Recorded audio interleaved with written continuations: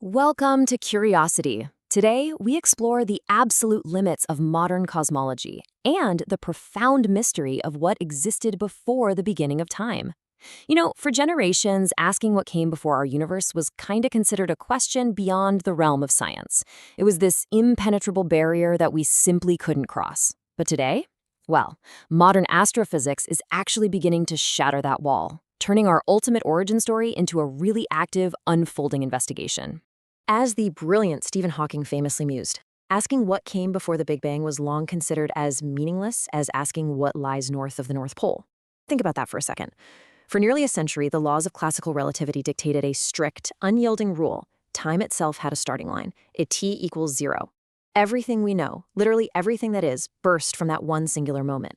But as our mathematical models, and of course our instruments, have grown more sophisticated, that hard line has really begun to blur. So, we are no longer looking at the Big Bang as just some finalized historical event.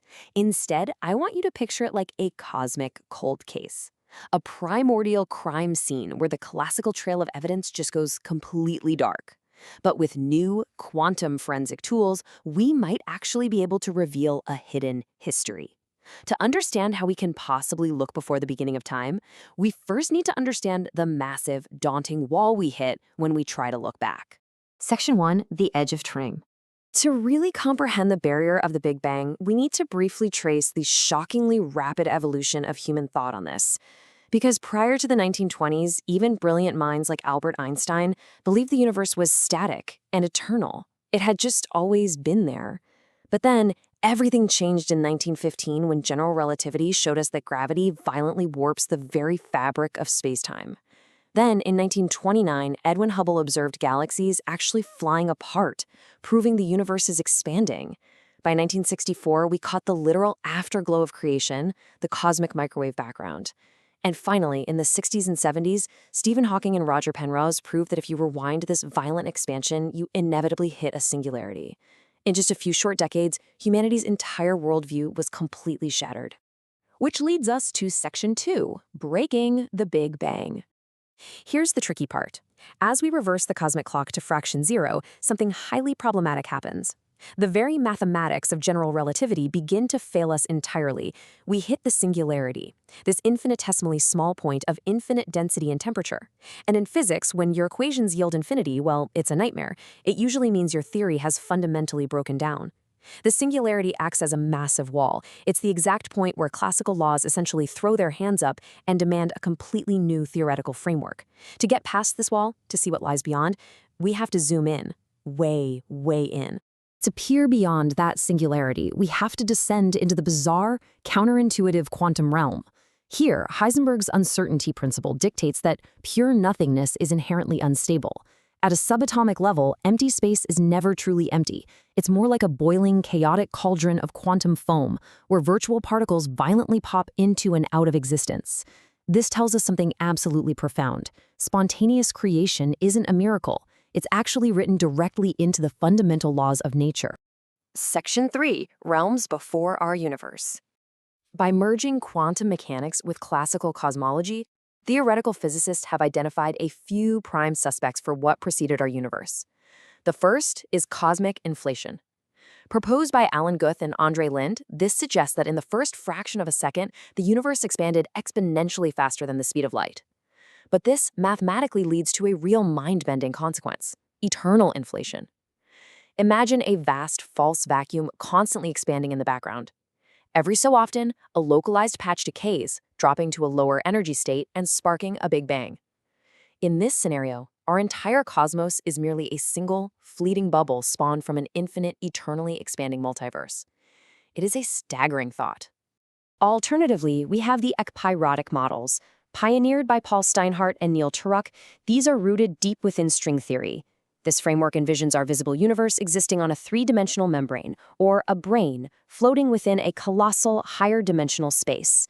Picture two of these gigantic parallel branes drifting.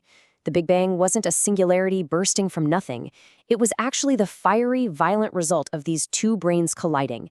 They crash, release immense energy to form a scalding hot plasma, pull apart as the universe expands, and eventually are drawn back together for another massive collision. It's an eternal, echoing cycle of death and rebirth. Then there's the big bounce. By applying a theoretical framework called loop quantum gravity, which suggests the fabric of space itself is woven from tiny, indivisible, discrete loops. Physicists have shown that the terrifying infinite singularity might vanish entirely. As a universe collapses and becomes incredibly dense, quantum repulsive forces start to act like a tightly compressed spring, eventually overpowering the crush of gravity. So instead of crushing into a point of nothingness, the universe violently rebounds outwards. This implies our universe was born directly from the ashes of a previous one. Finally, Nobel laureate Roger Penrose proposes conformal cyclic cosmology, or CCC, an endless chain of infinite cycles which he calls eons. Trillions upon trillions of years from now, long after the last stars have burned out, after all matter has decayed and the ultimate supermassive black holes have completely evaporated, the universe will just be a cold, featureless sea of light. Penrose's mathematics suggests that because these surviving photons don't experience time or scale, this infinitely massive, freezing, dead future actually becomes mathematically indistinguishable from the infinitely small, hot, dense start of a new Big Bang. The end seamlessly becomes the beginning. Moving on to Section 4, Echoes of Creation. Now, these theories are breathtaking for sure, but we aren't just philosophers, we're explorers. To test the untestable, we have to rely on the forensic tools of modern astrophysics. We use multi-billion-dollar space observatories like NASA's WMAP and ESA's Planck satellite to map the ancient light of the cosmos. Down here on Earth, LIGO listens for gravitational ripples, while CERN's Large Hadron Collider literally simulates the scorching plasma that existed mere fractions of a second after the Big Bang. We are actively hunting for ancient clues hidden out there in the dark. And what are these massive instruments whispering back to us? Well, the extreme temperature uniformity of the cosmic microwave background strongly supports the inflation model. Yet, we're still hunting for the elusive B-mode polarization, primordial gravitational waves that would prove it definitively. Meanwhile, some pretty controversial anomalies exist. Roger Penrose argues that unexplained circular patterns in the CMB are Hawking points, literal scars left by evaporating supermassive black holes from a prior universe. Furthermore, the James Webb Space Telescope is finding fully formed, massive galaxies far too early in the timeline. This suggests our standard models of the early universe might still be missing a crucial fundamental chapter. Which brings us to Section 5, the next frontier. So where exactly do we go from here? Because the early universe was a blindingly opaque wall of dense plasma for its first 380,000 years, optical telescopes can never see the exact moment of creation. The light is just eternally trapped. Therefore, the future of our origin story lies not in light, but in gravity. Sometime in the 2030s, the LISA mission will launch 3 spacecraft into a triangular formation millions of kilometers apart. By analyzing the specific frequencies of gravitational waves that can pass right through that opaque wall of plasma, we might finally distinguish whether our universe was born from inflation, a bounce, or a colossal brain collision. We will quite literally be able to hear the echoes of the Big Bang. But to fully comprehend what those echoes mean, we need the ultimate key: a verified, unified theory of quantum gravity. Until we can successfully unite the physics of the astronomically massive, general relativity, with the microscopic, chaotic quantum world, all models of our true cosmic origin remain incomplete approximations. We have the pieces of the puzzle, but we're still searching for the box to see what the final picture actually looks like. What you should really take away from this explainer is that we have finally moved past treating the beginning of time as an impenetrable wall. The classical singularity is likely just an artifact of incomplete math, not a true physical boundary.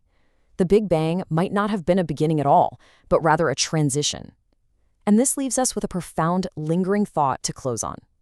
If our entire expanding universe is just one tiny bubble, one single bounce, or one brief eon in a vast and potentially eternal multiverse, how deep does the cosmic tapestry truly go? And what else is waiting to be found in the dark?